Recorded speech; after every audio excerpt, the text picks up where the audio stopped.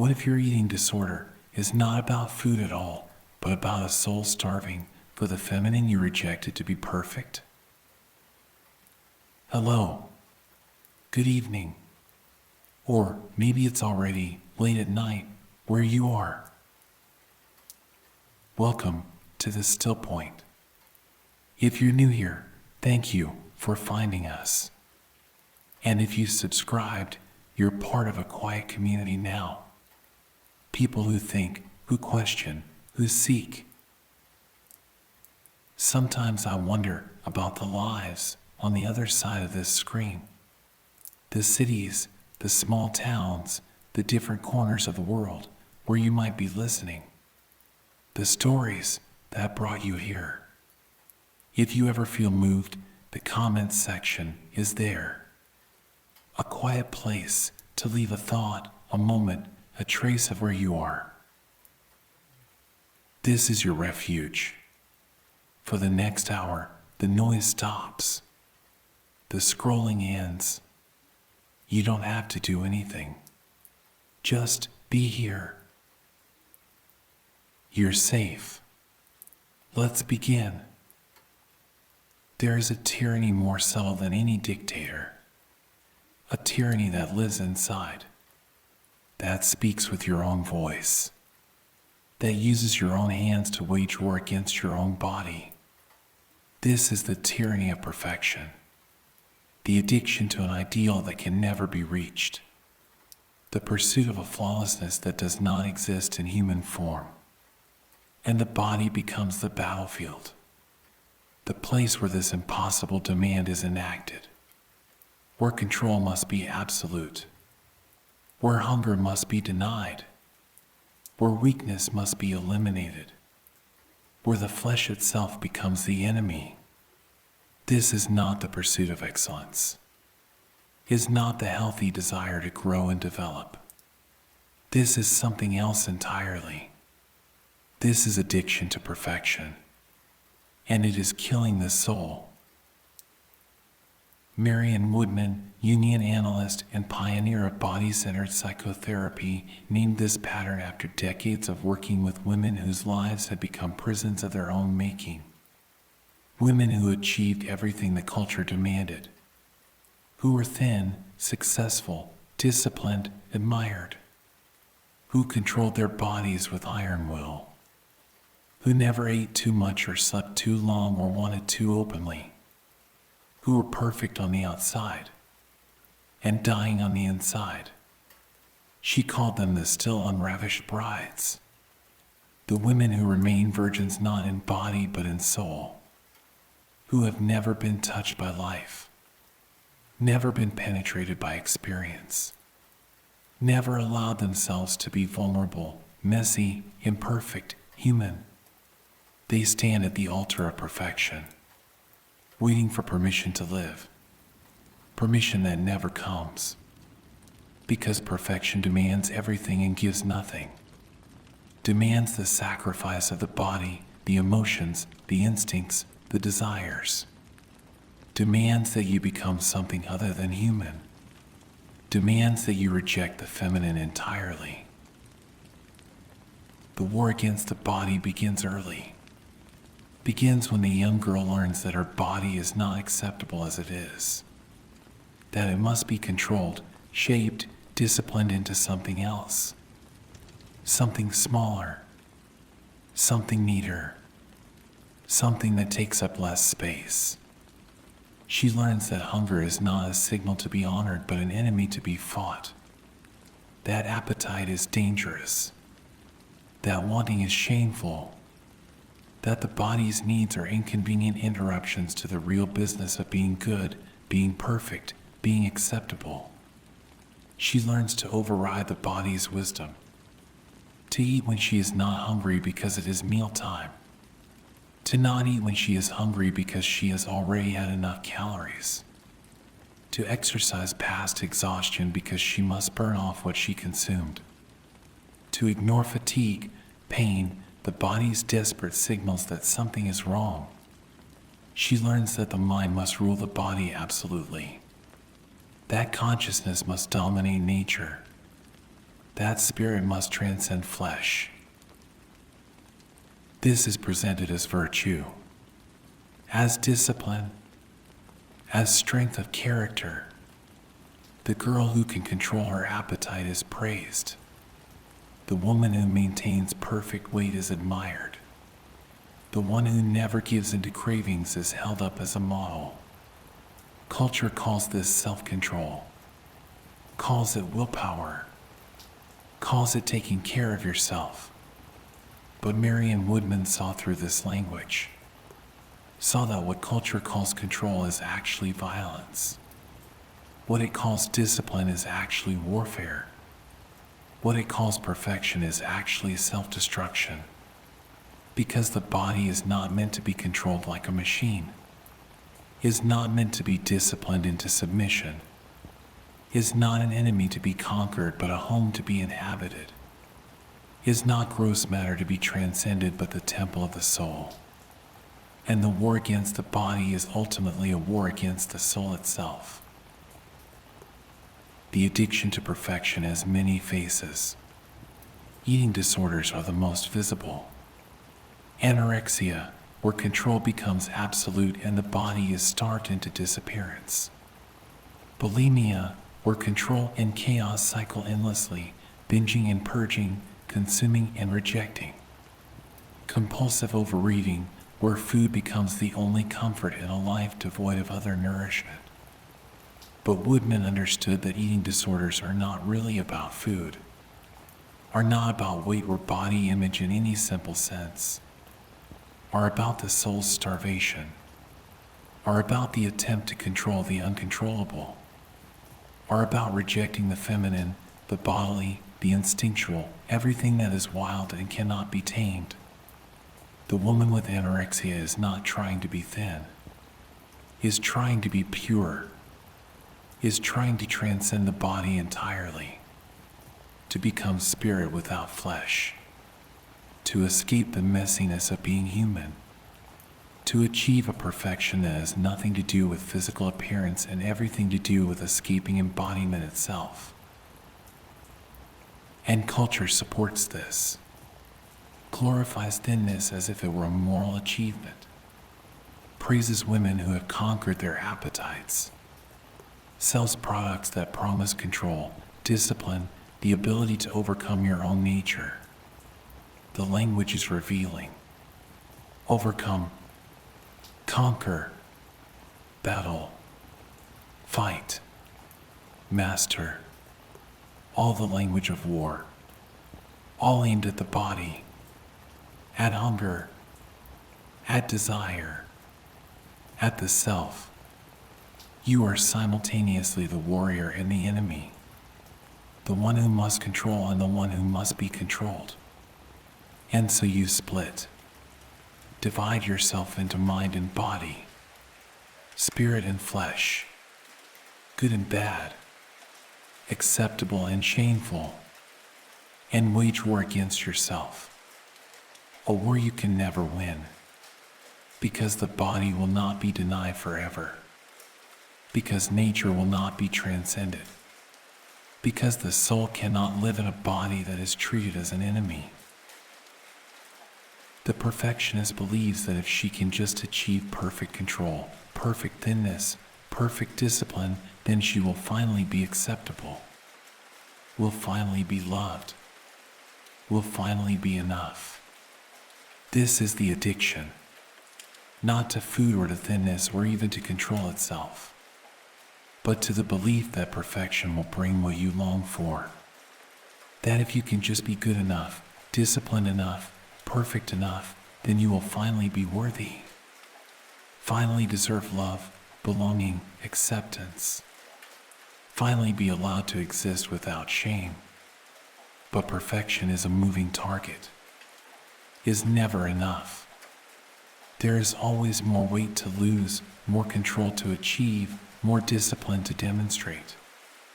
The perfectionist is on a treadmill that has no end, running faster and faster toward a destination that recedes with every step.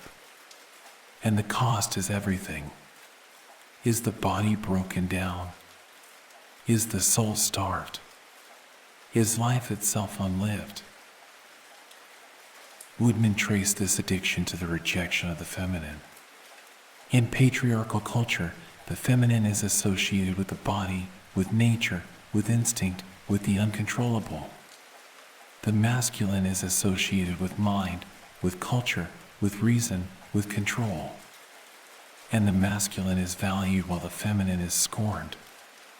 To be feminine is to be less than, is to be weak, emotional, irrational, ruled by appetite and instinct rather than reason and will.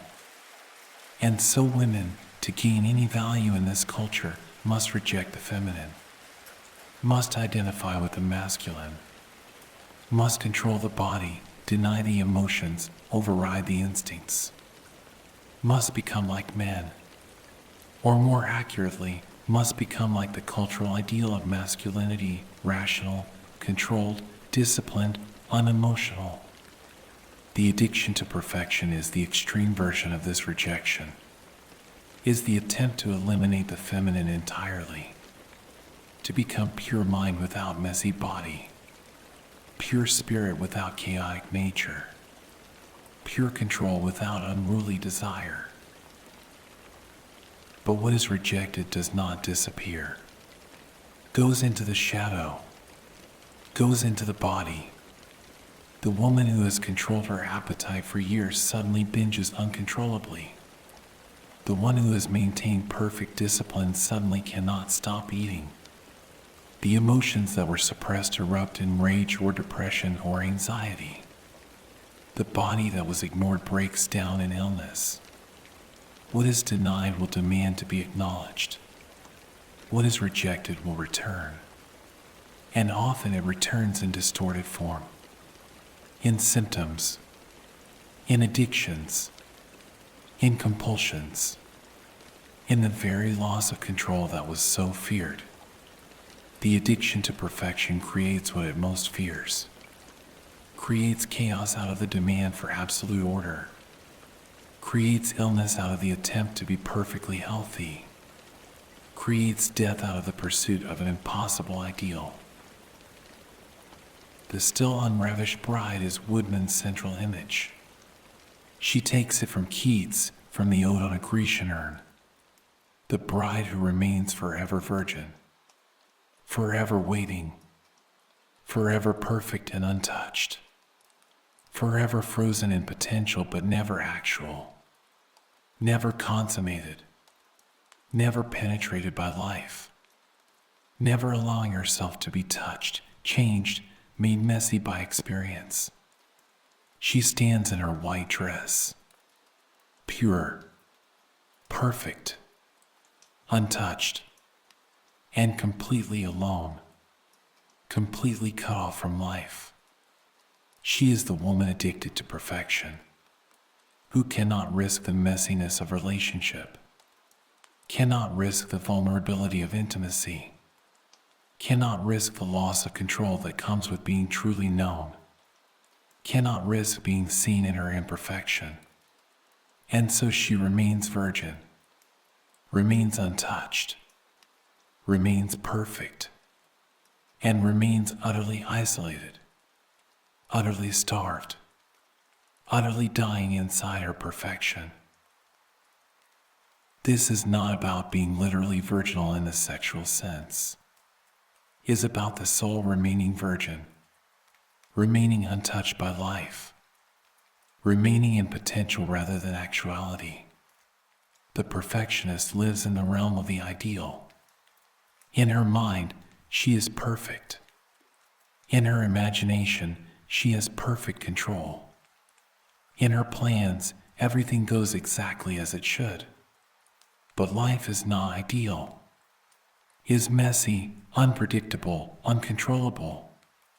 Requires compromise, adaptation, acceptance of limitation. Requires being imperfect, being vulnerable, being human. And the perfectionist cannot tolerate this, cannot come down from the realm of the ideal into the realm of the actual, cannot allow herself to be touched by the messiness of embodied life.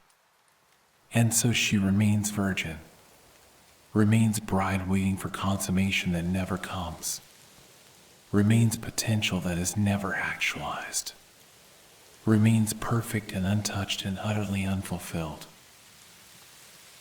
The body knows. The body always knows. Knows that something is deeply wrong. Knows that it is being treated as an enemy. Knows that it is starving not just for food but for life itself. And the body speaks. Speaks in symptoms, in illness, in breakdown. The body that has been controlled too rigidly rebels, develops chronic illness, chronic pain, mysterious symptoms that doctors cannot explain. The body that has been starved refuses to function, shuts down systems, refuses to menstruate, to digest, to sleep. The body that has been at war cannot maintain the war forever. Eventually it collapses. And this collapse, Woodman understood, is not failure. Is the body's wisdom. Is the soul demanding to be heard. Is the forced interruption of the addiction to perfection. Is the beginning of the possibility of healing. But the perfectionist does not understand this. Experiences the body's breakdown as betrayal, as weakness, as proof that she has not been disciplined enough, that she needs more control, not less, that she has failed, and so she may double down, may become more rigid, more controlled, more perfectionistic, may take the illness itself and make it another thing to perfect, to manage perfectly, to control absolutely, may turn healing into another performance, another test she must pass with perfection. This is the nature of addiction. It does not respond to failure by changing course. It responds by doing more of what is not working. More control when control is the problem. More discipline when discipline is the disease. More perfection when perfection is what is killing the soul. What the perfectionist does not understand is that she is searching in the wrong place. She believes that if she can just achieve the perfect body, the perfect control, the perfect discipline, then she will find what she longs for. Will find peace, fulfillment, worthiness, love.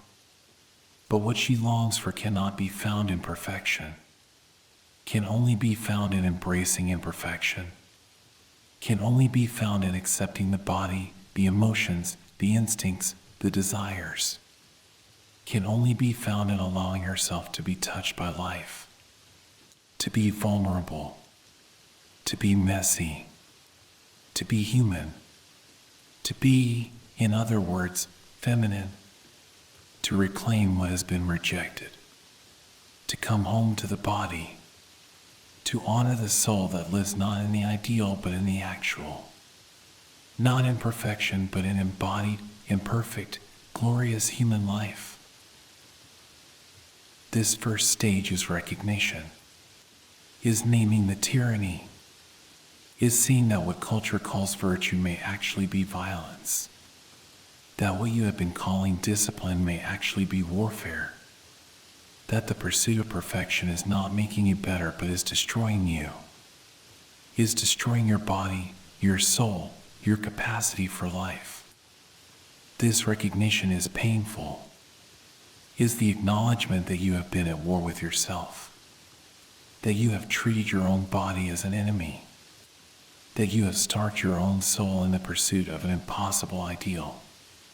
But this recognition is also the beginning of freedom, is the first crack in the prison of perfection, is the possibility that there might be another way, that you do not have to be perfect to be worthy, that you do not have to control everything to be acceptable, that you can be imperfect, embodied, human, and still deserve to exist. Rest now with this recognition. Rest knowing that if you have been at war with your body, you are not alone. that this is the pattern of our culture, that countless women have internalized the message that the body is an enemy, that appetite is dangerous, that perfection is the only acceptable state. But rest also knowing that this tyranny can be named, can be seen for what it is, that the addiction to perfection is not your fault but is a cultural disease, that you have been trying to survive in a culture that hates the feminine, hates the body, hates the very nature of embodied human life, and that seeing this clearly is the first step toward freedom, toward reclaiming your body, toward coming home to yourself, toward allowing yourself to be touched by life. The still unravished bride can become the woman who says yes to life, who allows herself to be penetrated by experience, who embraces imperfection as the price of being human, who is no longer virgin but bride, no longer ideal but actual, no longer perfect but whole. The rejection of the body is not just a rejection of flesh, it is a rejection of the feminine itself, of everything the feminine represents in the deep psyche. The body, yes, but also the mother, the earth, the instincts, the emotions, the cycles, the darkness, the chaos, the uncontrollable. In patriarchal culture, these are devalued, are seen as less than the masculine qualities of mind, reason, order, control. And the woman who wants to be valued, who wants to succeed, who wants to be taken seriously, learns to reject the feminine, learns to distance herself from the mother, from the body, from the very ground of her being.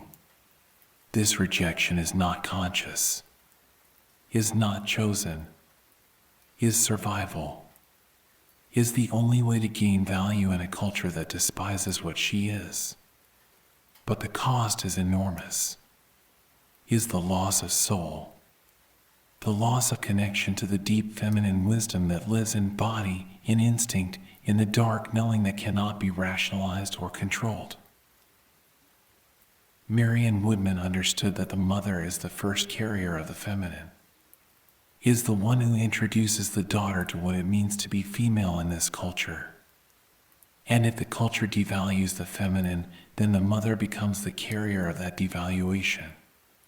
The daughter looks at her mother and sees powerlessness, sees limitation, sees someone who sacrificed herself, who made herself small, who accepted less.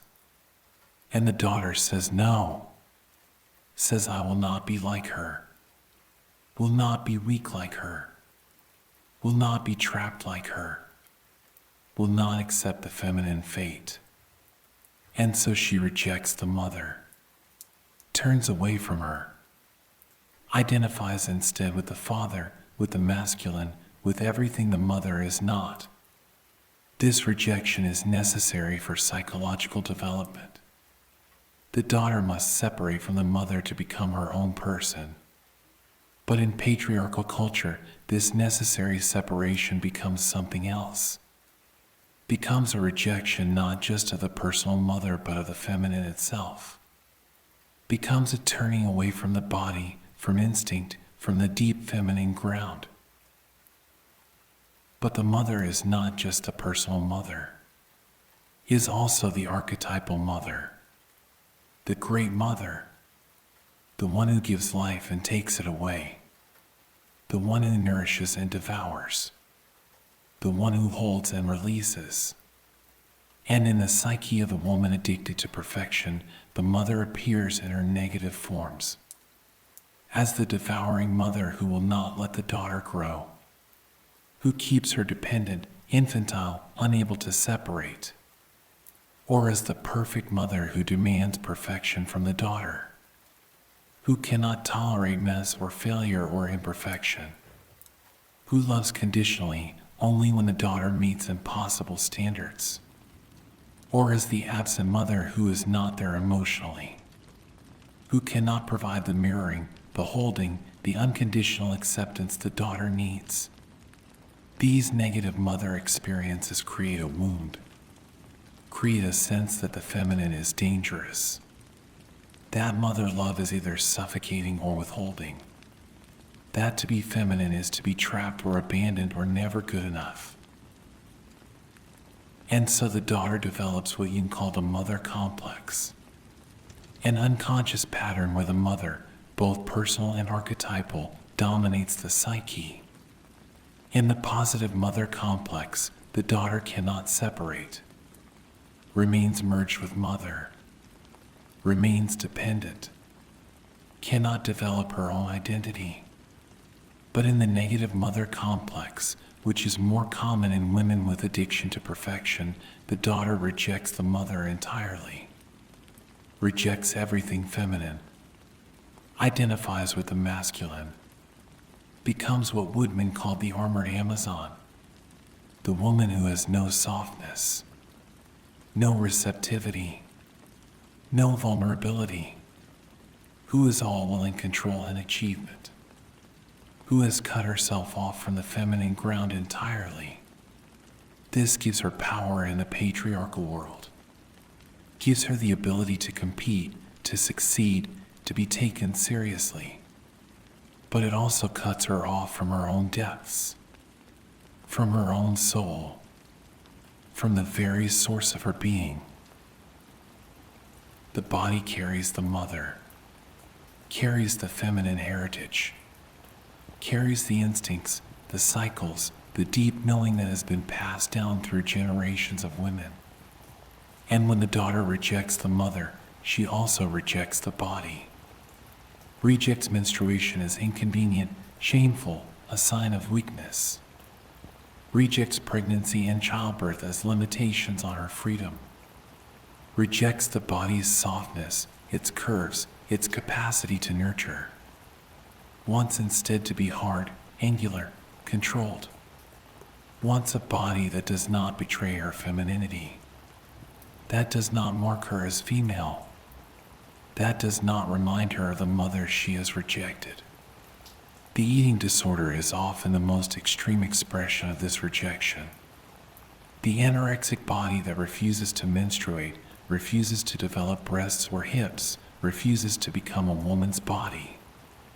The body that tries to remain prepubescent, to avoid the feminine fate, to escape being like mother. But the body will not be denied. The feminine will not be rejected forever. What is pushed into the unconscious does not disappear. It goes into the shadow, and from the shadow it exerts its power. The woman who has rejected the feminine finds herself haunted by it, haunted by dreams of the dark mother, of being chased, devoured, overwhelmed, haunted by symptoms in the body, by the very eating disorder that expresses both the rejection of the feminine and its return, by depression that pulls her down into the darkness she has been trying to escape, by anxiety that signals the war between conscious control and unconscious chaos. The rejected feminine returns, demands to be acknowledged, demands to be integrated, and if it is not acknowledged consciously, it will manifest unconsciously, in symptoms, in illness, in the breakdown that forces attention. Woodman saw that beneath the addiction to perfection is a profound hunger, not hunger for food, hunger for soul, hunger for the feminine nourishment that has been rejected. The woman with an eating disorder is starving, but she is not starving for calories. She is starving for mother love, for the unconditional acceptance she never received, for the holding, the mirroring, the sense of being enough just as she is. She is starving for connection to her own feminine ground, to her own body, to her own instincts and emotions and deep knowing. She is starving for soul, and she tries to fill this hunger with control. with perfection, with achievement, with thinness. But none of these can satisfy soul hunger. None of these can provide what the soul actually needs, which is not perfection but acceptance, not control but surrender, not achievement but being, not thinness but embodiment, not rejection of the feminine but embrace of it. The soul speaks through the body. This is what Woodman understood that many therapists did not. The eating disorder is not just a behavioral problem to be corrected, is not just distorted thinking to be challenged. Is the soul speaking? Is the soul saying, I am starving. I need nourishment. I need the feminine. I need the mother. I need to come home to the body. The symptoms are not the problem, are the attempted solution, are the psyche's way of trying to get attention, of trying to force the woman to stop, to descend, to face what has been rejected, to reclaim what has been lost.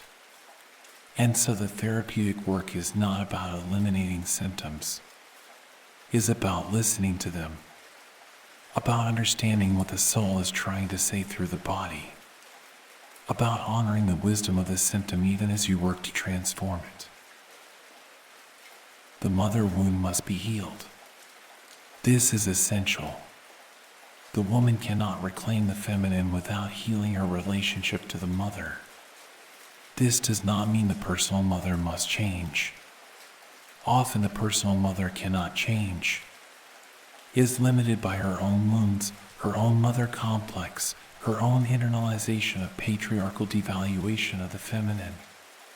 The healing happens internally, happens in the daughter's psyche, happens when she can see the mother not as the enemy but as another woman wounded by patriarchy, when she can have compassion for the mother's limitations, when she can grieve what the mother could not give because the mother did not have it to give, when she can separate the personal mother from the archetypal mother, can see that her hunger is not just for this particular mother but for the great mother, for the archetypal feminine that holds, nourishes, accepts unconditionally.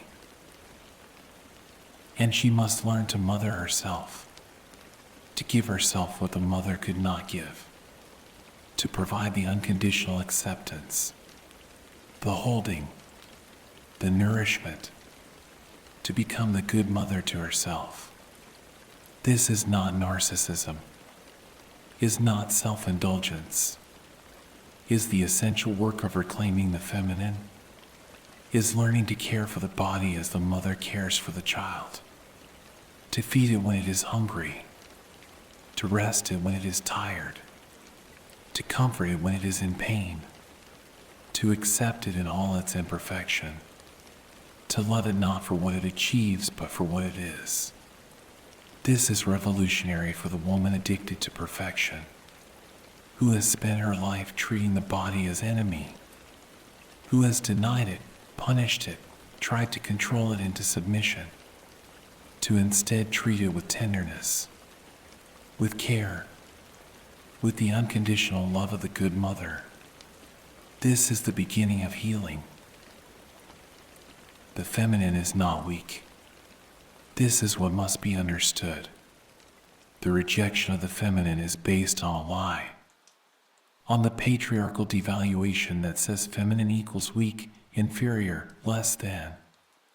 But the true feminine is not weak, is powerful, is the power of the earth, of nature, of the body, of instinct, of the cycles of birth and death and rebirth, of the darkness that holds the seeds of new life, of the chaos that has actually created potential, of the receptivity that is not passivity but active allowing, of the vulnerability that is not weakness but courage.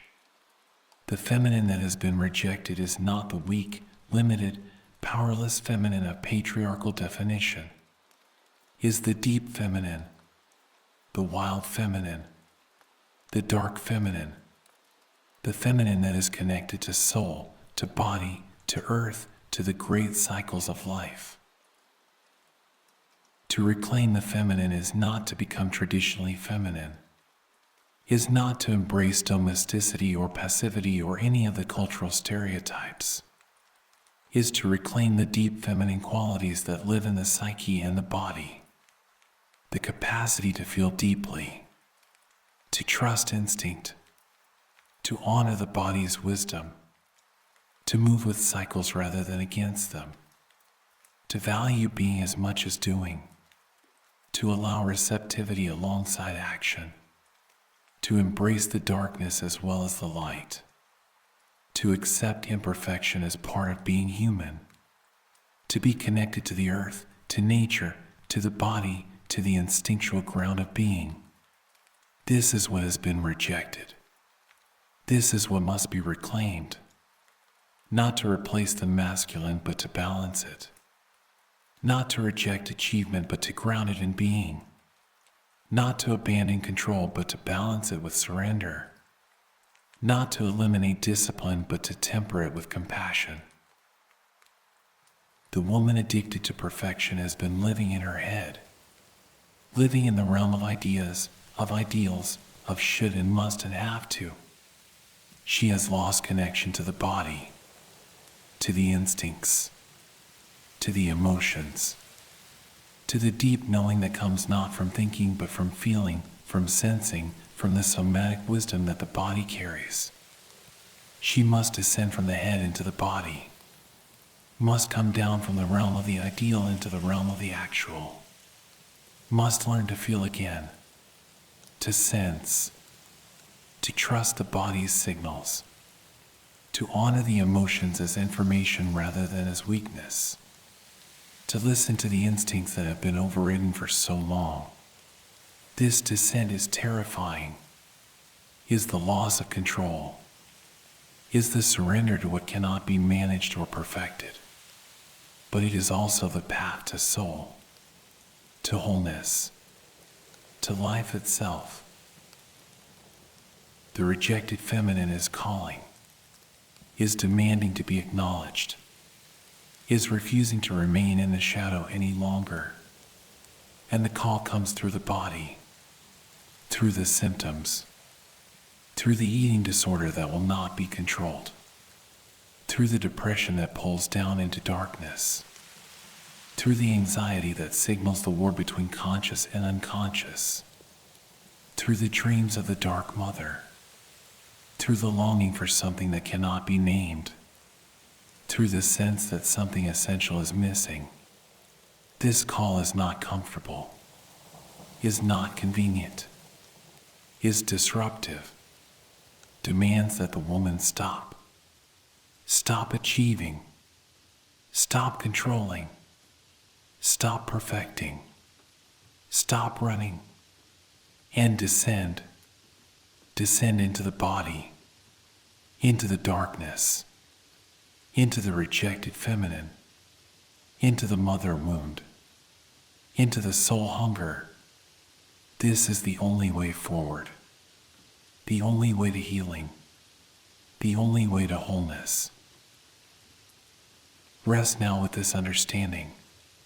Rest knowing that the rejection of the feminine is not your personal failure but a cultural pattern. That the mother wound is not about your particular mother but about the archetypal feminine in patriarchal culture. That the hunger you feel is soul hunger, is the longing for the feminine nourishment that has been rejected. That the symptoms are not enemies but messengers, are the soul speaking through the body, demanding to be heard, demanding that you stop and listen, demanding that you reclaim what has been lost. The feminine is not weak, is powerful, is the ground of your being, is the source of your deepest wisdom, is calling you home, home to your body, home to your instincts, home to your emotions, home to your soul. The journey continues. The descent beckons. and the rejected feminine waits to be reclaimed. The system collapses. The perfect control that held everything together fails. The body that was disciplined into submission rebels. The mind that managed everything loses its grip. The eating disorder that was the solution becomes the crisis.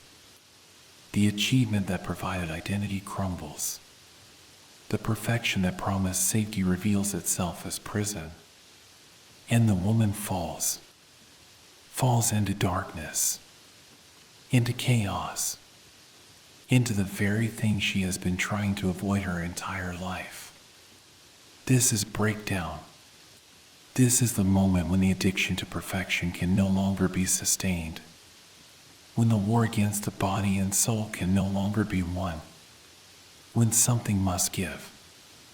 And what gives is the false self, the constructed identity, the perfect persona. It all falls away, and what remains is raw, is vulnerable, is terrified, is the woman without her armor, without her control, without her perfection, naked before the dark goddess. Marion Woodman understood that breakdown is not failure, is not the end, is the beginning, is the soul's forceful intervention when all gentle attempts to get attention have been ignored. The symptoms were whispers. The eating disorder was a cry. The depression was a plea. But the perfectionist did not listen, could not listen, was too busy controlling, achieving, perfecting. And so the soul had to shout, had to create a crisis so profound that it could not be ignored, had to bring the whole system crashing down. This is not punishment, is not the body or psyche attacking you, is the soul's desperate attempt to save you, to force you to stop, to force you to descend, to force you to face what has been rejected, to force transformation, because gentle transformation was not possible, because you would not choose it. And so the dark goddess comes, not to destroy but to initiate, not to punish but to transform, through breakdown to breakthrough. The dark goddess has many faces. Kali, the Hindu goddess of destruction and creation, standing on corpses, tongue out, wearing a necklace of skulls, destroying what must be destroyed so that new life can emerge. Hecate, the Greek goddess of the crossroads, of magic, of the underworld, the crone who knows the mysteries of death and rebirth. The Black Madonna, the dark mother who holds suffering, who embraces what has been rejected, who transforms through descent into darkness. These are not the sweet, nurturing mother goddesses, are not the beautiful, perfect, gentle feminine, are the dark feminine, the fierce feminine, the feminine that destroys as well as creates, that takes away as well as gives, that demands surrender to forces beyond control, that initiates through crisis, through suffering, through the death of the false self. And the woman addicted to perfection meets this dark goddess in her breakdown, in her eating disorder crisis, in her depression, in her body's collapse, in the dark night of the soul when everything falls apart. The breakdown often comes through the body. The body that has been starved finally shuts down, refuses to function. The heart rhythm becomes irregular. The bones become brittle. The organs begin to fail. The anorexic body reaches a crisis point where hospitalization is necessary, where death becomes a real possibility. Or the bulimic body rebels against the constant purging. The esophagus tears. The teeth decay. The electrolytes become dangerously imbalanced. Or the compulsively eating body develops diabetes, heart disease, chronic pain that can no longer be ignored. The body says, I can do this no more. I will not be treated as enemy any longer. I will force you to pay attention. This is terrifying. Is the loss of control that was most feared?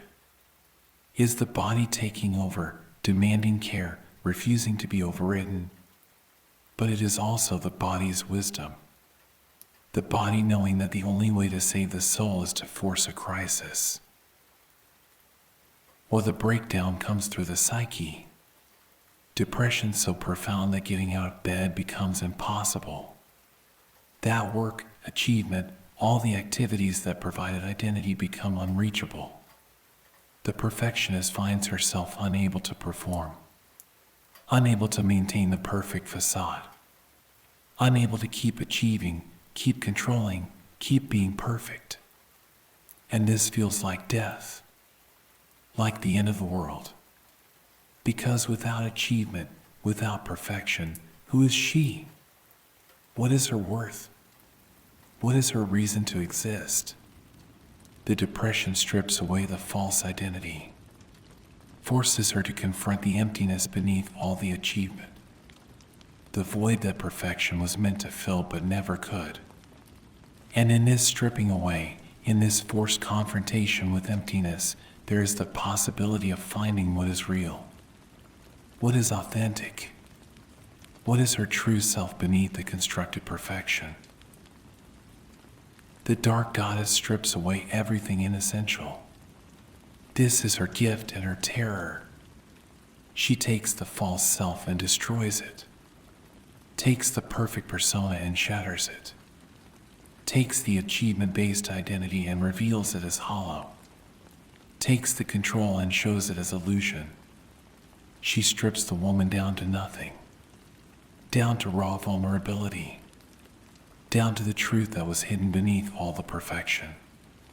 And this truth is painful, is the recognition of how much life has been unlived, how much has been sacrificed to the addiction to perfection, how much the body has been betrayed, how much the soul has been starved, how much is broken, how much needs to heal. The dark goddess forces this recognition, demands that it be felt fully, allows no more hiding, no more pretending, no more performing, only raw truth, only naked vulnerability, only the woman without her armor facing herself. In this darkness, the woman meets her shadow, meets all that has been rejected, denied, pushed down, refused. The anger that was never allowed because anger is not perfect. The grief that was suppressed because sadness is weakness. The fear that was denied because fear is not acceptable. The desire that was rejected because wanting is shameful. The chaos that was controlled because disorder is failure. The imperfection that was hidden because anything less than perfect is worthless. All of it rises now, demands to be acknowledged, demands to be felt. And the woman who has spent her life in control, in perfection, in the light of consciousness, must descend into the shadow, must face the darkness within, must acknowledge what she has been running from. This is terrifying, is the confrontation with everything she has defined herself against. But it is also liberating, because what is in shadow has power over you. What is acknowledged can be integrated. The descent to the dark goddess is a death, is the death of the false self, the death of the perfect persona, the death of the identity based on achievement and control. This is why it feels like dying, because something is dying. The woman you thought you were, the woman you tried to be, the woman who was never real, was always constructed, was always performing. She must die, must be let go, must be surrendered to the dark goddess who destroys what is false so that what is true can emerge. This is the initiation. This is the transformation that cannot happen any other way. You cannot gently evolve from false self to true self. Cannot slowly adjust from perfection to wholeness. The false must die, must be destroyed, must be torn down completely before the true can be built. And this dying is agony, is grief, is loss. Even though what is dying was never truly you, it was what you knew, was what felt safe, was what gave you identity in the world. And letting it go feels like annihilation. But Marion Woodman saw that this death is not the end, is the necessary passage to rebirth. The dark goddess is not only destroyer but also birther. Kali creates as well as destroys. The Black Madonna births new life from darkness. Hecate guides through the underworld to the other side. The breakdown is the breaking open. The crisis is the chrysalis. The death is the passage to new life. But this cannot be known in the midst of it. In the midst of breakdown, it feels only like ending, like destruction, like loss. The woman in crisis cannot see that this is transformation, cannot trust that something new will emerge, can only feel the pain of letting go, can only experience the terror of descent, can only know that everything she built is collapsing, and she must go through it, must surrender to it, must allow the dark goddess to do her work. The addiction to perfection tries to maintain control even in breakdown, tries to perfect the crisis. The woman in hospital for anorexia tries to be the perfect patient. The woman in therapy tries to be the perfect client. The woman in depression tries to manage it perfectly, to have the right insights, to heal according to schedule. But the dark goddess will not be controlled, will not allow perfection even in breakdown. Demands surrender, demands that the woman stop trying to manage, to control, to perfect. Demands that she simply be in the chaos, be in the not knowing, be in the mess and confusion and pain without trying to fix it or understand it or make it neat. This is perhaps the hardest thing. To be in crisis without trying to control the crisis. To be broken without trying to immediately fix the brokenness. To simply allow the breakdown to break you open. To trust the process even when you cannot see where it is going. In the darkness, support becomes essential. The woman cannot do this alone. Cannot face the dark goddess alone. Cannot survive the breakdown alone. She needs witnesses, needs others who have been through this descent and returned, needs therapists who understand that breakdown is not failure but initiation, who will not try to fix her or rush her or make her feel better prematurely, who will sit with her in the darkness and trust the process. She needs community. Needs other women who understand eating disorders not as problems to be solved but as soul journeys to be honored, who will not judge or advise but simply be present. She needs the holding that she never received from mother, the unconditional acceptance that allows her to be broken, to be imperfect, to be in crisis, and still be acceptable. This holding is sacred, is the human representation of the dark goddess's fierce love, the love that destroys what is false but holds what is true. The dark goddess teaches through the body, through the symptoms that will not be ignored, through the pain that demands attention, through the illness that forces rest, through the breakdown that requires surrender. Woodman understood that the body is where the dark goddess speaks most clearly, where the soul's messages are most direct. The eating disorder is not random, is not just about food or weight, is the precise symptom needed to get this particular woman's attention, is the soul's chosen language. And so the work is not to eliminate the symptom, but to understand it. To ask, what is my soul trying to tell me through this? What am I hungry for that food cannot satisfy? What am I trying to control that is actually uncontrollable? What am I trying to perfect that needs instead to be accepted? What am I trying to transcend that needs instead to be embodied? The answers come not from thinking, but from feeling. Not from analyzing, but from descending into the body and listening to what it knows. The breakdown reveals what was always true but hidden. That perfection is impossible. That control is illusion. That the body cannot be transcended. That the soul cannot be ignored. That what is rejected will return. That the feminine cannot be eliminated. That the mother wound must be healed. That the shadow must be faced. That vulnerability is not weakness. That surrender is not defeat. That dying to the false self is necessary for birth of the true self. All of this was always true, but the perfectionist could not see it, could not accept it, had to keep trying to perfect, to control, to transcend, until the dark goddess intervened, until breakdown forced a recognition, until the system collapsed and there was nothing left but truth.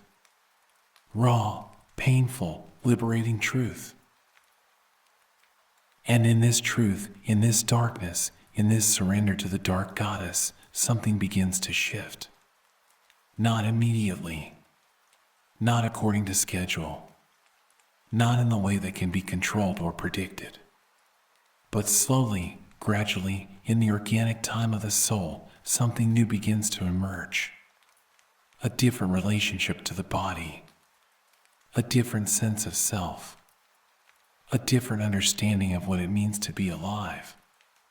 Not perfect but real, not controlled but authentic, not transcendent but embodied, not false but true. This is what the dark goddess was destroying for.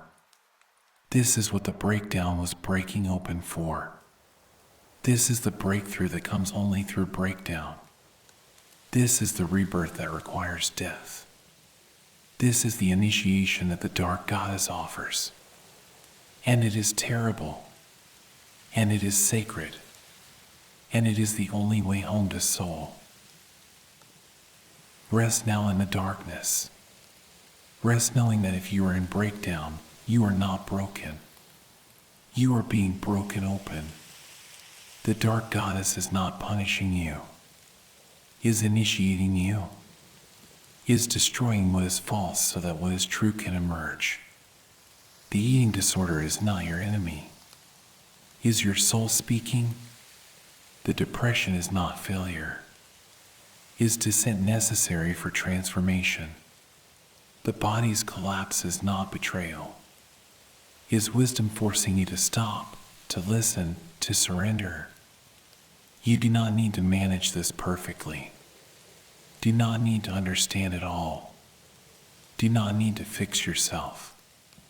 Need only to surrender, to allow the breakdown, to trust the dark goddess, to let the false self die, to wait in the darkness for what will be born. The breakdown is breakthrough. The crisis is chrysalis. The death is passage. And the dark goddess, fierce and terrible and loving, is guiding you through. You are not alone in the darkness. You are held. You are seen. You are being transformed. Trust the process. Trust the pain. Trust the dark goddess. Rebirth is coming. From the darkness, something new emerges. Not the old perfection. Not the controlled, disciplined, armored self. but something softer, something more real, something that breathes. The woman who has been broken open by the dark goddess begins to discover a different way of being, a way that does not require perfection, that does not demand control, that does not wage war against the body. She begins to listen to the body she has been ignoring, to the instincts she has been overriding, to the wisdom that lives not in the mind but in the flesh. This is Sophia, not the abstract wisdom of philosophy, but embodied wisdom. Sophia who lives in the body, who speaks through sensation and instinct and the deep knowing that comes from being fully present in flesh. This is the wisdom the perfectionist rejected. This is what must now be reclaimed. Marion Woodman understood that Sophia is the divine feminine wisdom, is the aspect of the sacred that is not transcendent but immanent, not above the body but within it, not beyond matter but expressed through matter. In the Christian mystical tradition, Sophia is the feminine face of God, the wisdom that was present at creation, that delights in the world, that is embodied, sensual, connected to earth and flesh in the material realm. She is not the distant, abstract God of pure spirit. Is the God who touches, who tastes, who feels, who knows through the body. And she has been rejected by patriarchal religion just as the feminine has been rejected by patriarchal culture, has been pushed aside in favor of the transcendent masculine God who is pure spirit, pure mind, beyond the contamination of flesh. But Sophia remains, waits to be rediscovered, waits in the body, in the instincts, in the deep feminine knowing that the perfectionist has been running from. The reclaiming of body wisdom begins with simple presence, with learning to be in the body rather than above it. The perfectionist has lived in her head, has experienced herself as a mind controlling a body, as consciousness dominating nature, as spirit transcending flesh. She has been disembodied, has observed her body from outside, has treated it as object rather than as home, and now she must learn to inhabit, to descend from the head into the body, to feel from the inside rather than observe from the outside. This is not easy, requires practice, requires patience, requires the willingness to feel what has been avoided, to sense what has been numbed, to be present to sensations that may be uncomfortable, unfamiliar, even frightening. But this is the path. This is how Sophia is found. Through embodiment, through presence, through the courage to be fully in the flesh. She learns to listen to hunger, real hunger, not the hunger that must be controlled or the hunger that must be satisfied immediately, but the body's actual signal that it needs nourishment. This is revolutionary for the woman with an eating disorder, who has spent years overriding hunger, eating when not hungry because it is mealtime, not eating when hungry because she has had enough calories, using hunger as something to conquer rather than as information to honor. Now she must learn to wait for hunger, to notice it, to respect it, to feed the body when it asks to be fed, not according to rules or schedules or calorie counts, but according to the body's own wisdom. This requires trust, requires believing that the body knows what it needs, that hunger is not the enemy but the guide, that the body, when listened to, will ask for what nourishes it. She learns to listen to fatigue, to the body's need for rest. The perfectionist has pushed through exhaustion, has used caffeine and willpower to override the body's signals. has treated rest as weakness, as laziness, as something to be minimized, has believed that productivity is more important than restoration, that doing is more valuable than being, and her body has paid the price, has been depleted, has been running on empty, has been crying out for rest that was never given. Now she must learn to honor fatigue, to rest when tired, to sleep when the body asks for sleep, to stop when the body says stop, not to push through, not to override, but to listen and respond. This is Sophia's wisdom, the wisdom that knows rest is not weakness but necessity, that the body has rhythms that must be honored, that restoration is as essential as activity. She learns to listen to pain, not to push through it or ignore it or medicate it away immediately, but to ask, what is this pain telling me? What does my body need? What is wrong that needs attention? Pain is information, is the body's way of saying something is not right. Something needs to change. Something needs care. The perfectionist has treated pain as inconvenience, as something to be managed so that she can keep performing. But pain is not the enemy, is the messenger. And when the messenger is ignored, the message gets louder. The pain intensifies, becomes chronic, becomes the crisis that forces attention. Sophia teaches that pain must be listened to, must be honored, must be responded to with care and compassion rather than with control and override. The body has its own intelligence. This is what Woodman understood that Western culture has forgotten. The body is not a machine to be programmed, is not dumb matter to be controlled by the superior mind, has its own wisdom, its own knowing, its own intelligence that is different from but equal to the intelligence of the mind. The body knows when it needs food, rest, movement, touch, pleasure, knows what is safe and what is dangerous, knows what nourishes and what depletes. This knowing is not rational, cannot be explained or justified, is instinctual, is somatic, is the deep wisdom of the organism that has evolved over millions of years to survive and thrive.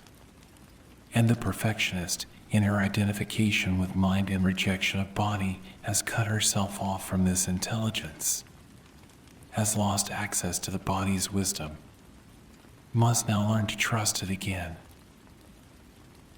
Embodiment requires feeling, requires allowing emotions to be felt in the body. The perfectionist has been cut off from emotions, has lived in her head where emotions can be analyzed, controlled, managed. But emotions are not meant to be controlled, are meant to be felt, are meant to move through the body. This is what the word emotion means. Energy in motion. And when emotions are not allowed to move, they become stuck, become trapped in the body, become the tension, the pain, the illness that the body carries. Sophia teaches that emotions must be felt, must be allowed to move. Sadness must be cried. Anger must be expressed. Fear must be acknowledged. Joy must be celebrated, not controlled, not managed, not made rational, but felt fully in the body. This is terrifying for the perfectionist. Is the loss of control she has most feared, but it is also liberation, is the release of what has been trapped, is the return to aliveness. The body is the temple of the soul. This is ancient wisdom, is found in many spiritual traditions, but patriarchal culture has inverted it. has made the body the prison of the soul, has taught that the soul must escape the body to be free, that the body is gross, sinful, shameful, that spirituality requires transcendence of the flesh. But this is a lie, is the rejection of the feminine, is the devaluation of matter, of earth, of the body. Sophia teaches the opposite, teaches that the body is sacred, is the place where the soul lives, is the temple where the divine is experienced, not through transcendence but through embodiment, not by escaping the body but by fully inhabiting it, not by rejecting the senses but by honoring them as the doorways to the sacred. This is the wisdom the perfectionist must reclaim, that her body is not her enemy, is her home, is the sacred vessel of her soul. Woodman worked with the body directly, used movement, dance, breath, touch, used body-centered practices to help women reconnect with the wisdom they had rejected. Because you cannot think your way back into the body, cannot analyze your way to embodiment, must feel, must move, must breathe, must allow the body to speak in its own language, the language of sensation, of movement, of breath, of gesture, of the wordless knowing that comes from being fully present in flesh. This is Sophia's language, is how she communicates, not through words or concepts or rational thought, but through the body's own expression, through the dance, through the breath, through the tears, through the laughter, through the full range of embodied experience that the perfectionist has been denying herself. The reclaiming of the body is also the reclaiming of pleasure, of sensuality, of the capacity to enjoy being in a body. The perfectionist has treated the body as instrument, as tool for achievement, has used it but not enjoyed it, has controlled it but not celebrated it, has denied pleasure as indulgence, as weakness, as something that interferes with discipline and control. But pleasure is not the enemy of discipline, is the body's way of saying yes, of saying this is good, this nourishes me, this brings me alive. Sophia delights in pleasure, in the taste of good food, in the warmth of sun on skin, in the touch of another, in the movement of dance, in the beauty of the world experienced through the senses. This is not hedonism, is not indulgence, is the sacred celebration of being embodied, is the honoring of the body as the place where life is experienced, where joy is felt, where the divine is known through sensation. She must learn to trust the body's cycles, the menstrual cycle if she still has it, the daily rhythms of energy and rest, the seasonal rhythms of activity and dormancy. The body does not operate on the linear time of productivity, does not maintain constant output, has rhythms, has cycles, has times of high energy and times of low energy, times of outward focus and times of inward focus, times of doing and times of being. The perfectionist has tried to override these cycles, has tried to be constantly productive, constantly achieving, constantly performing, and this has exhausted her, has depleted her, has gone against the body's natural wisdom. Sophia teaches that cycles must be honored, that there is a time for everything, that rest is as necessary as activity, that the fallow time is when the seeds germinate, that the inward time is when the soul is nourished, that the body's rhythms are not inconveniences but wisdom. The healing of the relationship with food is central. Food is not the enemy, is not something to be controlled or feared or used as weapon against the self. Is nourishment, is pleasure, is connection to the earth, is the way the body receives what it needs to live. Sophia teaches that eating is sacred, is the taking in of the earth's gifts, is the honoring of the body's needs, is the celebration of being alive and embodied. The woman recovering from an eating disorder must learn to eat again, not according to rules or diets or calorie counts, but according to the body's wisdom. Must learn to enjoy food, to taste it, to savor it, to be present to the experience of eating rather than dissociated from it. Must learn that food is not the problem, that the eating disorder was never really about food, was about control, about the rejection of the feminine, about the soul's starvation, and that healing comes not from more control but from surrender, from trusting the body, from allowing Sophia to guide. The body becomes the teacher, becomes the guide back to soul, becomes the place where Sophia speaks most clearly, and the woman learns to consult the body, to ask it what it needs, to listen to its responses, to trust its wisdom. When making decisions, she learns to notice how her body responds. Does it tense or relax? Does it contract or expand? Does it feel heavy or light? The body knows before the mind knows what is right and what is wrong for this particular person in this particular moment. This is not about being ruled by the body. It is about partnership. It is about the mind and body working together. The mind providing structure and direction. The body providing wisdom and grounding.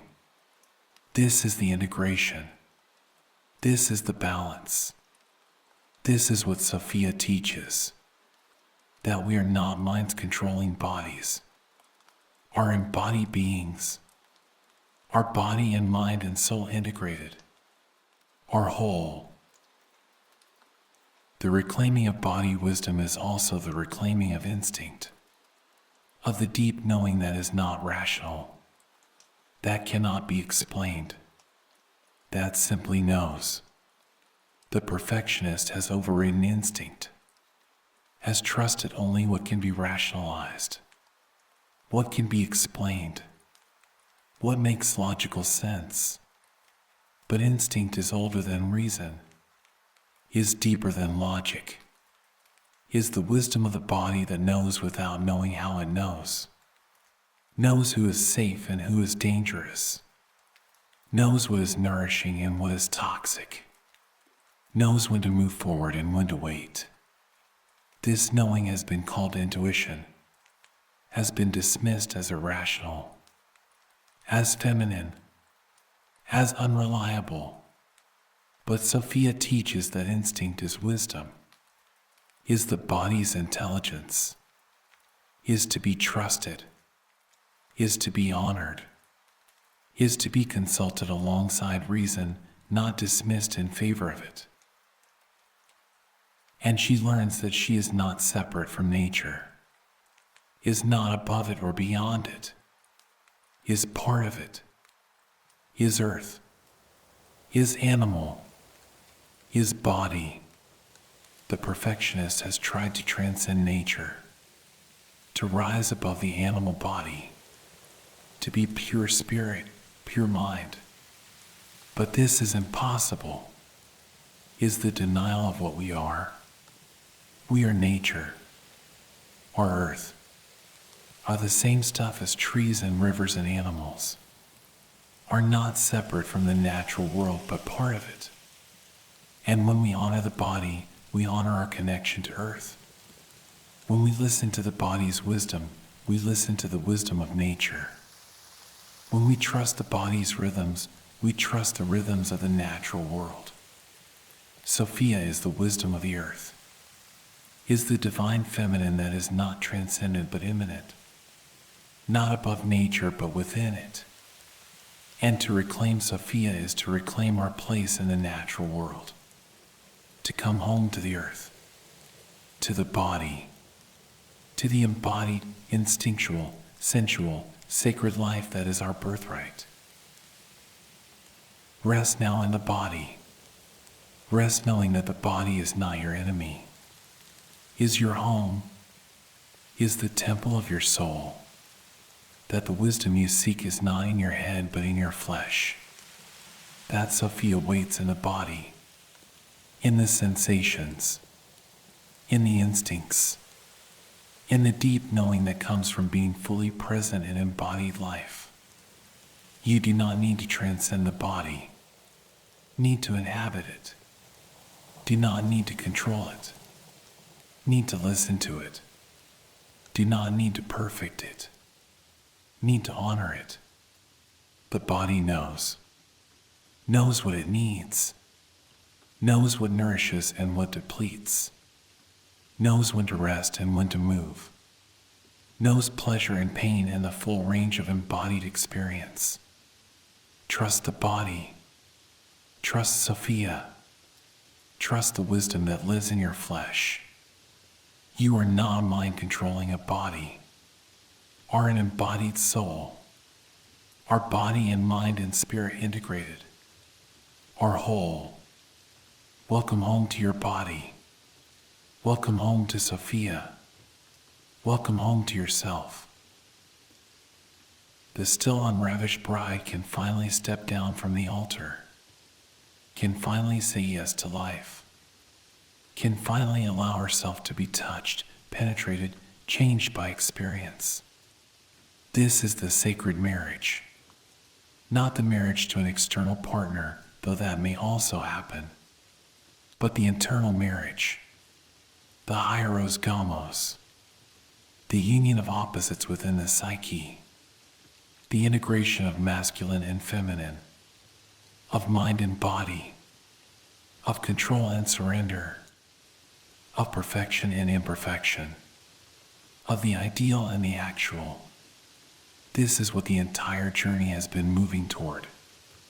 This is the wholeness that was sought through perfection but can only be found through integration. This is the bride who is no longer virgin, who has been touched by life, who has descended to the dark goddess and returned transformed, who has reclaimed the body and its wisdom, who is ready now to live, not perfectly, but fully, not ideally, but actually, not as potential, but as embodied reality. Marion Woodman understood that the sacred marriage is the goal of individuation, is what Jung called the union of opposites, the reconciliation of what has been split. In patriarchal culture, the opposites have been violently separated. Masculine and feminine, mind and body, spirit and matter, light and dark, good and bad. And we have been taught to identify with one side and reject the other, to be masculine and reject the feminine, to be mind and reject the body, to be spirit and reject matter, to be light and reject darkness, to be good and reject the bad. This splitting creates the war within, creates the perfectionist who is at war with her own body, her own emotions, her own shadow, her own feminine nature. The sacred marriage heals this split, brings the opposites back together, not by eliminating one in favor of the other, but by integrating both, by honoring both, by allowing both to exist in dynamic tension and creative balance. The marriage of masculine and feminine within is not about becoming androgynous, is not about eliminating gender or becoming neutral. is about integrating the masculine and feminine principles that exist in every psyche regardless of biological sex. The masculine principle is associated with consciousness, with doing, with action, with structure, with boundaries, with a sword that cuts and discriminates. The feminine principle is associated with the unconscious, with being, with receptivity, with flow, with connection, with the vessel that holds and contains. Both are necessary. Both are valuable. Both are essential to wholeness. The woman addicted to perfection has over-identified with the masculine, has developed the masculine capacities of achievement, control, discipline, focus, but has rejected the feminine capacities of receptivity, surrender, flow, connection. The sacred marriage requires that she reclaim the feminine without abandoning the masculine, that she integrate both, that she become whole. She must heal the wounded masculine within. This is crucial. The masculine she has identified with is not healthy masculine, is the patriarchal masculine, the masculine that dominates rather than directs, that controls rather than structures, that is rigid rather than strong, that cannot feel, cannot connect, cannot be vulnerable. This wounded masculine has been her tyrant, has been the voice that demanded perfection, that waged war against the body, that rejected the feminine. She must distinguish between this wounded masculine and the healthy masculine, must develop the healthy masculine that can provide structure without rigidity, direction without domination, strength that can hold vulnerability, focus that does not exclude connection. This healthy masculine is not the enemy of the feminine, is the partner, is the yang to the yin, is the container that allows the feminine flow to have form and expression in the world. And she must fully embrace the feminine she has reclaimed, not just tolerate it, not just allow it space, but celebrate it, honor it, recognize it as equally valuable to the masculine. The feminine is not weak, is not inferior, is not something to be transcended, is powerful, is the source of life, is the ground of being, is the body, the instincts, the emotions, the intuition, the connection to soul and earth, and the deep rhythms of existence. The feminine is Sophia, is the dark goddess, is the mother, is the body's wisdom, is everything that has been rejected and must now be embraced, not as a concession, not as something to be managed or controlled by the masculine, but as equal partner, as the other half of wholeness, as the bride who brings her own gifts to the marriage. The sacred marriage happens in the body. This is essential to understand. Is not an abstract psychological concept. Is not something that happens only in the mind. Happens in the flesh, in the lived experience of being embodied. The woman who has reclaimed her body, who has learned to listen to its wisdom, who has made peace with its needs and rhythms and cycles, is living the sacred marriage, is integrating masculine consciousness with feminine embodiment, is bringing spirit into matter, is allowing the soul to be fully present in flesh. This is what it means to be ravished by life, to be penetrated by experience, to allow yourself to be touched, changed, transformed by the actual living of life rather than remaining in the realm of the ideal, the potential, the perfect but unlived. She learns to live in paradox, to hold opposites without needing to resolve them, to be both strong and vulnerable, both independent and connected, both achieving and being, both disciplined and spontaneous, both structured and flowing. The perfectionist could not tolerate paradox, needed everything to be clear, defined, controlled, needed to be one thing or the other. Perfect or worthless, controlled or chaotic, good or bad. But life is paradox, is both and rather than either or, is the constant dance between opposites, and the sacred marriage is the capacity to live in this dance, to move fluidly between masculine and feminine, to call forth what is needed in each moment, to be directive when direction is needed, to be receptive when receptivity is called for, to act when action is appropriate, to wait when waiting is wise. This fluidity, this capacity to be multiple, this is wholeness. The relationship to achievement changes. Achievement does not disappear. The woman who has integrated masculine and feminine can still achieve, can still set goals, work toward them, accomplish things in the world.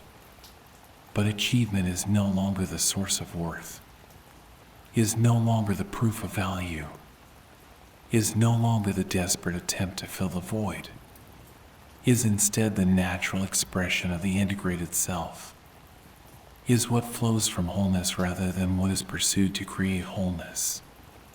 She achieves not to prove she is worthy, but because she has gifts to offer.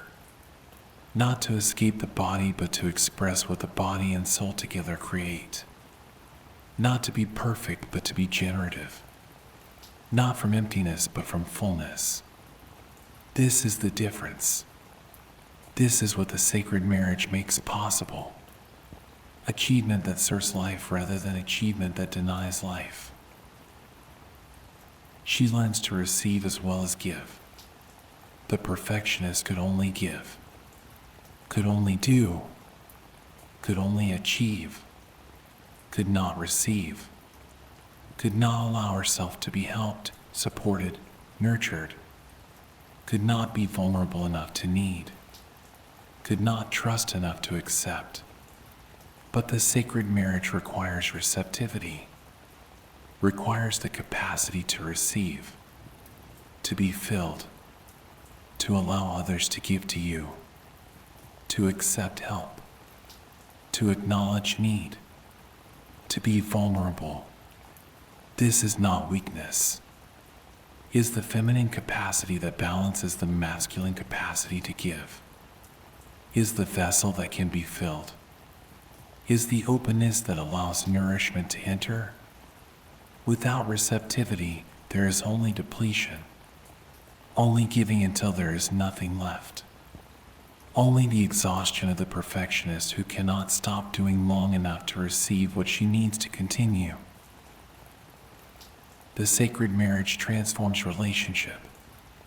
The woman who was the still unravished bride, who could not risk intimacy, who could not allow herself to be truly known, who kept everyone at a distance with her perfection, can now enter into real relationship, can be vulnerable, can be imperfect, can be seen in her humanity rather than in her performance, can allow herself to need, to want, to desire, can risk the messiness of connection, can tolerate the loss of control that comes with truly letting someone in. This is what it means to be bride rather than virgin, to be consummated, to be in union, not just with another person, though that becomes possible, but with life itself, with experience, with the world, to be in relationship rather than in isolation, to be connected rather than separate, to be touched rather than untouched. She discovers that imperfection is not failure, is humanity, is the price of being alive, is what makes her real rather than ideal. The perfectionist believed that any imperfection made her worthless, that she had to be perfect to be acceptable, that anything less than perfect was failure. But this is the lie. This is what kept her imprisoned. The truth is that imperfection is what makes us human, is what makes us relatable, is what allows connection, is what creates compassion. The woman who has integrated her imperfection, who has accepted her limitations, who has made peace with being human rather than perfect, is free, is no longer driven by the impossible demand, is no longer at war with herself, can be gentle with herself, can have compassion for herself, can accept herself as she is rather than as she should be. The body becomes home, not enemy, not prison, not something to be transcended or controlled or perfected, but home, the place where she lives, the place where her soul resides, the place where life is experienced. She inhabits her body now, lives in it rather than above it, feels from the inside rather than observes from the outside, honors its needs, respects its wisdom, celebrates its capacity for pleasure and sensation and aliveness. The war is over. The body is no longer the battlefield, is the sacred ground, is the temple, is the place where the sacred marriage is lived, where masculine and feminine unite, where spirit and matter come together, where the soul is embodied. This is what Woodman meant by the body as the temple of the soul. Not a metaphor, but the lived reality of the woman who has come home to her flesh. She learns to trust the process, to trust that life has its own wisdom, that there is an organic unfolding that cannot be controlled or perfected, that the soul has its own timing. That transformation happens in the dark, in the waiting, in the not knowing. The perfectionist needed to control the process, needed to know the outcome, needed to manage every step. But the sacred marriage requires surrender to the process, requires trust that the soul knows what it is doing, that the body knows what it needs, that the psyche has its own intelligence, that the dark goddess, Sophia, the deep feminine wisdom, is guiding even when you cannot see where you are going. This trust is not passivity, is active surrender, is the feminine capacity to allow, to receive, to trust the organic process of growth and transformation.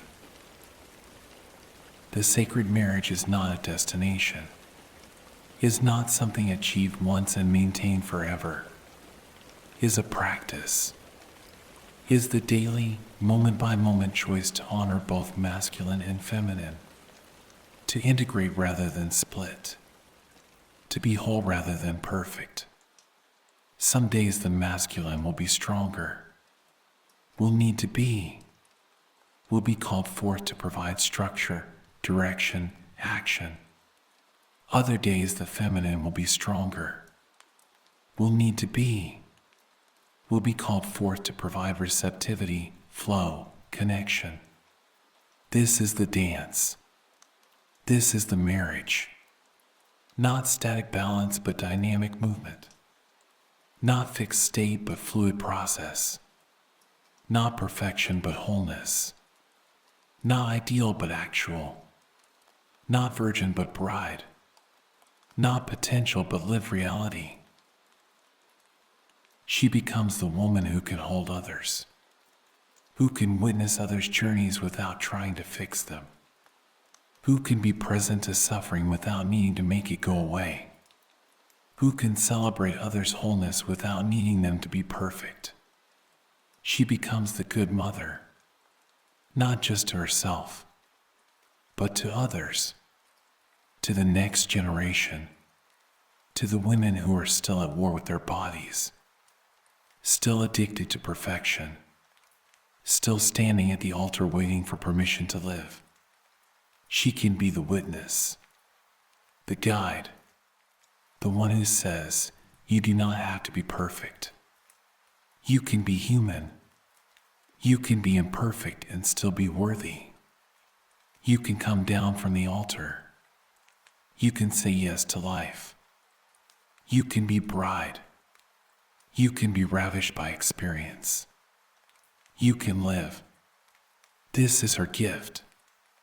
This is what the sacred marriage makes possible.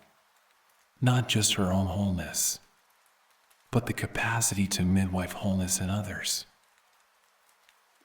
And she understands now that the addiction to perfection was never really about perfection, was about the longing for wholeness, for integration, for the sacred marriage.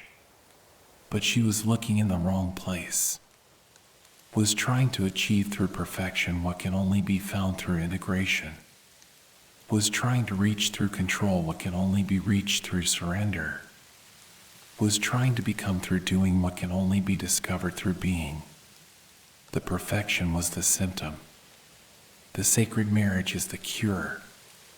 Not cure in the sense of eliminating all problems, but cure in the sense of becoming whole, of integrating what was split, of healing what was wounded, of coming home to herself, to her body, to her soul, to life itself.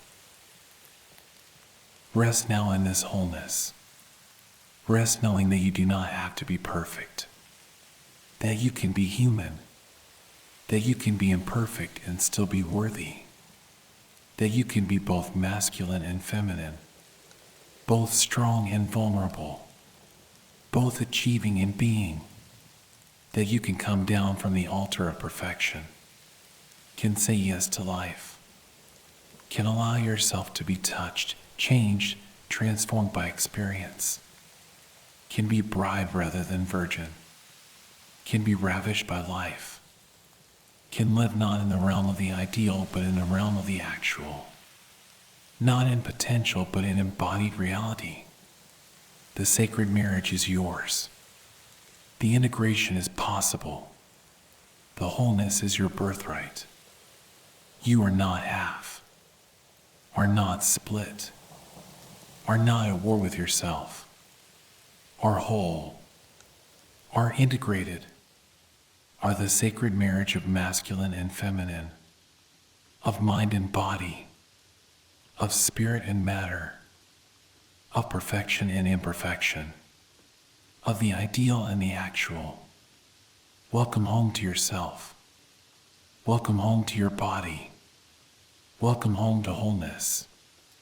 The bride has said yes. The marriage is consummated. And life, messy and imperfect and glorious, is finally fully lived. The journey is complete. You've traveled far tonight. Through shadows, through light, through depths most never see. Your mind has done its work. You can rest now.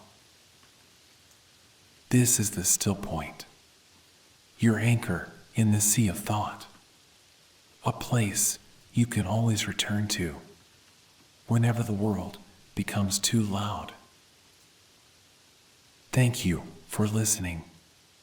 Thank you for trusting this space, for trusting yourself. Sleep well. Good night.